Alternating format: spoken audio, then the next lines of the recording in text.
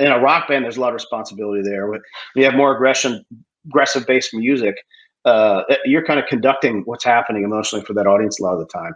And part of, by nature, you go to a Lamb of God show and tell me how that goes, or Slipknot, like, I want to see you beat the shit out of each other. Those things happen. I mean, we can't do that much anymore because of insurance, but also maybe like the whole Travis Scott incident, right? People are probably a little bit, cautious now.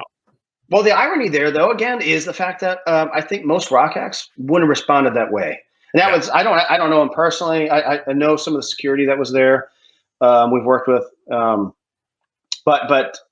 and they were in a little over their heads to begin with. And these are broad strokes that I'm saying about it. But and there's also kind of this responsibility of awareness, not only for Travis, who's up there and doesn't see or may not see that somebody's passed out and or dying at the time, but there's an obligation that if we see something or we hear something, that song stops.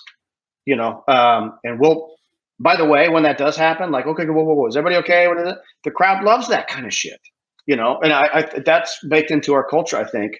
If there's something big that happens in a mosh pit, they're punching each other, whatever, but somebody gets knocked out, the big thing is like somebody falls, pick them up, that a lot of people say that from stage. And it's so true. Yeah. I was just thinking as you're saying that, I mean, like you listen to the Slayer live double album, right? And it's like, it's heavy as fuck. It's aggressive as hell. But then there's moments in that album where Tom Araya is like, you see someone fall, you pick them up. Like it is embedded in that culture.